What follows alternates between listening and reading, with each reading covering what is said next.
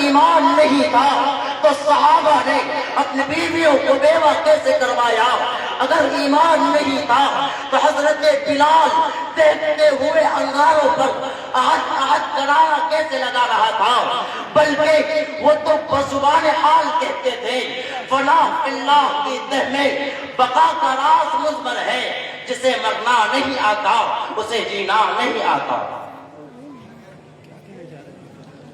مخاطبین محترم، اگر صحابہ ایمان والے نہیں تھے تو دنیا کے اندر کوئی بھی ایمان والا نہیں تھا۔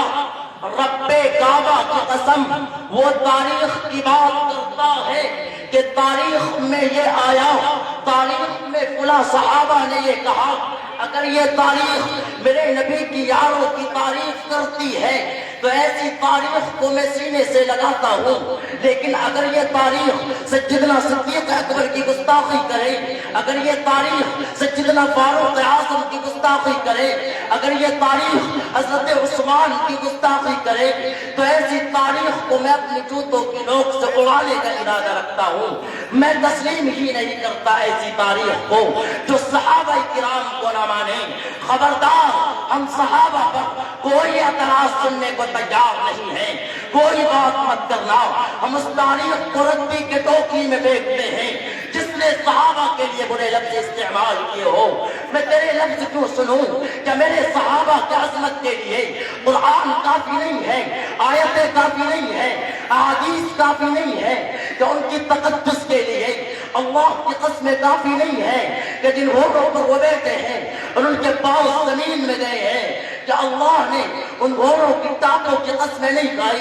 کیا اولئک الذین امتحن اللہ قلوبہم، ان کے دلوں کا امتحان نہیں ہوا کہ تقوی ان میں نہیں ہے، للتقوی وہ نہیں ہے؟ کیوں نہیں؟ کیا انہیں اللہ نے محمد رسول اللہ نہیں کہا؟ کیا حضور کی تعریف کرنے کے بعد والذین معہ نہیں کہا؟ کیا والذین معہ صحابہ نہیں ہے؟ تو ایک خوبی کو لے کر کسی کی بددعائیں کرنے کو تیار نہیں ہوتا، تو ایک خوبی کو لے کر اس کا سپاہی بن جاتا ہے۔ تو جن خوبیوں سے کائنات بھری ہوئی ہے، تو مسجل ہے، میں مسجل ہوں، جس کی وجہ سے آج مدارسیں ہیں، مساجدیں ہیں، خانقاہ و مراکز ہے، جس کی وجہ سے آج دنیا میں ہم تک حضور کی سیرت و صورت پہنچی ہے۔ تو ایک خوبی کو لے کر اپنے لیڈر کی توہین برداشت نہیں کر سکتا۔ تو مسلمانوں، ان دنیا والوں کو بتلا دو، ان دنیا والوں کو بتلا دو، ہم ان خوبیوں سے بھرے مسجل لوگوں کی گستاخی کو برداشت نہیں کر سکتے۔ حضرات، کائنات کا پروردگار میرے نبی کی یاروں کی تعریف کرتا ہے، قرآن کریم کے ایک آیت میں نہیں، 2 آیتوں میں نہیں، 3 آیتوں میں نہیں، بلکہ آیات کثیرہ کے اندر صحابہ کرام کی تعریف میرے پروردگار نے کی ہے۔ کون میرے نبی کے یار؟ اولئک هم المفلحون صحابہ، اولئک هم الفائزون صحابہ، التائبون صحابہ، العابدون صحابہ، الآمرون بالمعروف صحابہ، والناہون عن المنکر صحابہ۔ میرے نبی کے یار صحابہ، میرے نبی کے جانثار صحابہ، میرے نبی کے حقدار صحابہ، قرآن کریم کو لکھنے والے صحابہ، قرآن کریم کو پڑھنے والے صحابہ، قرآن کریم کو پڑھانے والے صحابہ۔ ہاں ہاں، یہی وہ صحابہ ہے جنہوں نے قیصر و قسرا کے محلات کو منہدم کر دیا۔ یہی وہ صحابہ ہے جنہوں نے 40 لاکھ مربع میل پر اسلام کا پرچم لہرایا۔ یہی وہ صحابہ ہے جن کے بارے میں قرآن کہتا ہے فَإِنْ آمَنُوا بِمِثْلِ مَا آمَنْتُمْ بِهِ فَقَدِ اهْتَدَوْا، کہ تم ان اصحاب میں سے جن کی بھی اقتدا کرو گے راستہ پا جاؤ گے اور جنت کے مستحق بن جاؤ گے۔ تو میں کیوں نہ کہوں ان ہستیوں کے بارے میں جنہیں شوق سے نام صحابہ کا، کر چرچا عام صحابہ کا، در طلب ہے تجھ کو جنت کی تو پلہ تھام صحابہ کا، وما علینا الا البلاغ۔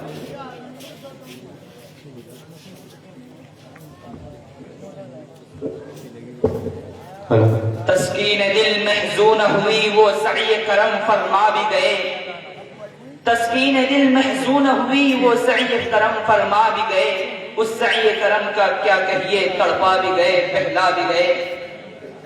رفیقان انجمن، ہم اور ہماری یہ انجمن تہذیب الکلام اس شرف و مجد پر ناز کر رہے ہیں کہ ہمیں حضرت اقدس مہمان مکرم کی قدم بوسی کی عزت نصیب ہوئی۔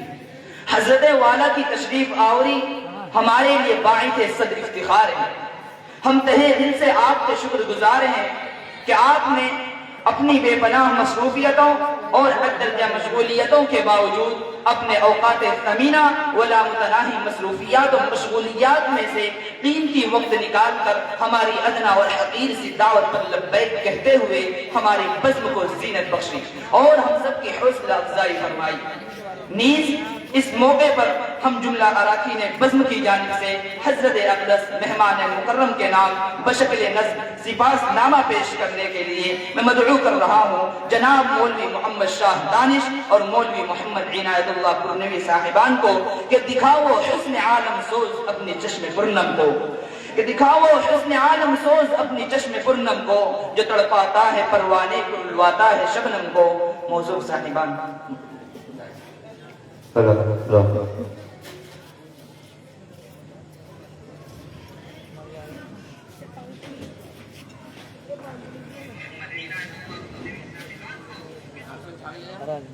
بعد میں سننا، بعد میں چلا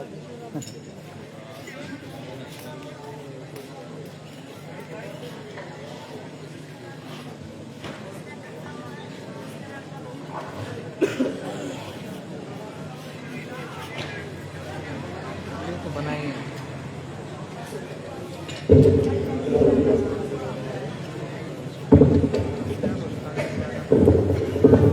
آپ کہہ رہے